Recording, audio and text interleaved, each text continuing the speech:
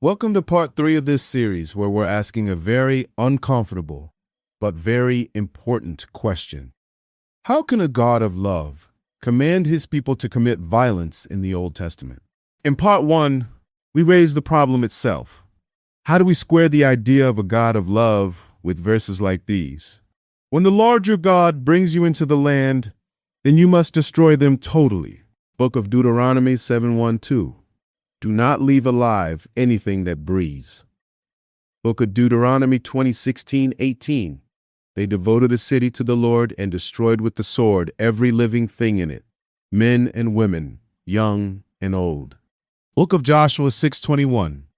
Now go, attack the Amalekites and totally destroy all that belongs to them. First Book of Samuel 15:2-3. In part 1, we engage directly with opponents of the Bible who argue that these passages reveal a God of war, a malevolent deity who delights in the death of men, women, and children.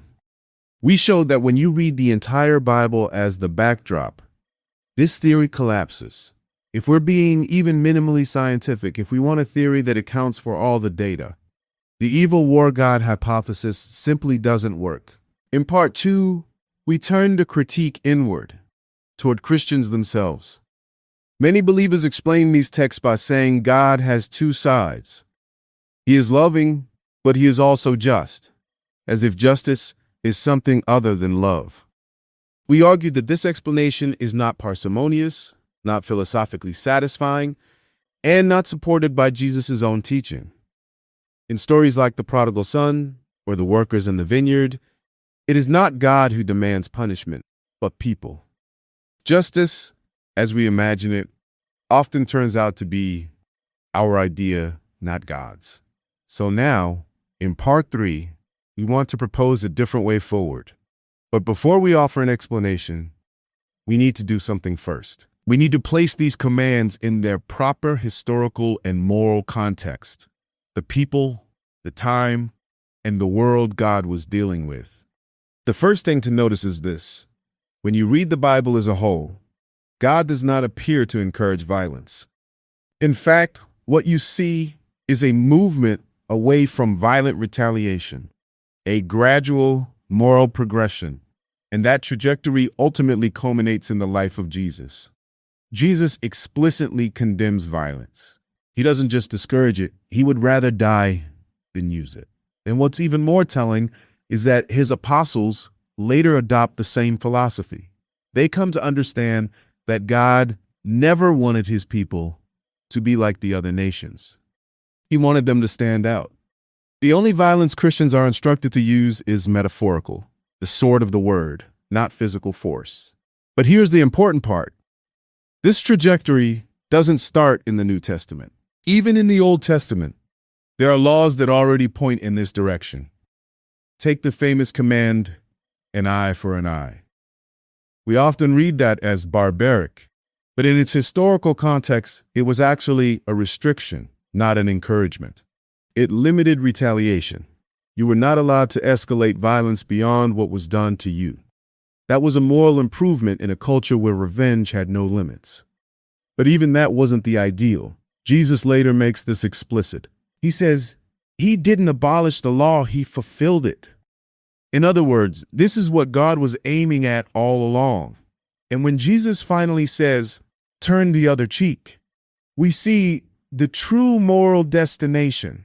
So the obvious question is, why did God command an eye for an eye at all?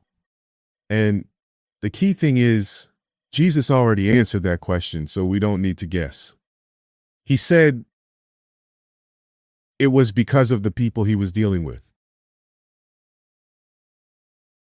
Because of the hardness of their hearts, because of their depraved moral state, a society where life was extremely cheap. This was a society where life was extremely cheap. If you want proof, read the book of Judges.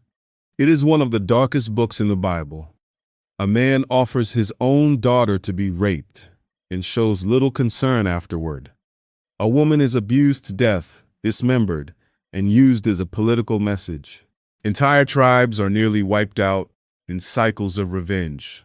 Mob violence is normal. Execution for what we would consider minor crimes is routine. This is not divine instruction. It is human depravity on display. And we don't even need to speculate about the people's instincts. Scripture tells us directly. Listen to what the people say to Joshua.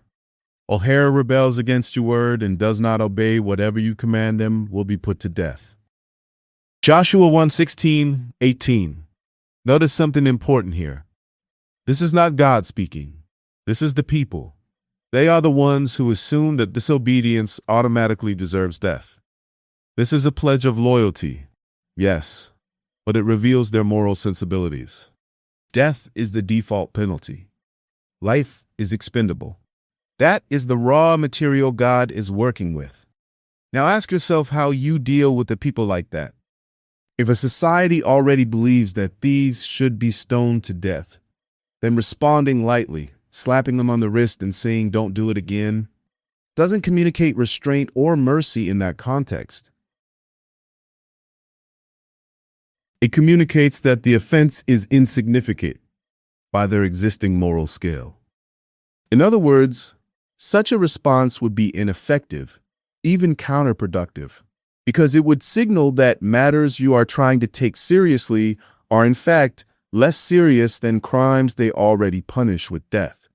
So how do you show them that there are even more serious crimes than that? How do you deal out punishment and how you actually speak to them so they take you seriously? Maybe you don't. Maybe you give up. And in fact, God did exactly that on several occasions, or acted as if he'd given up on them. He let Israel go into captivity. He allowed an entire generation to die out in the wilderness. Even after miraculously rescuing them from Egypt, they complained, rebelled, and turned away. So what do you do with people like this? Do you say, if I govern them, I need to work within their existing norms, but that would make it look like I approve of them, and I care too much about my reputation to be misunderstood, so I'll just step back? Or do you say, even if this costs me my reputation, even if people misunderstand me and think I approve of things I hate, I will stay and I will pull these people out gradually? Which one shows greater love? One walks away to protect its image. The other stays and is willing to be misunderstood for the sake of transformation. So now, with that context, we're finally in a position to deal honestly with the hardest question of all. What about the commands to wipe out everything that breathes? This is where part 3 of the video ends. Please go on to part 4.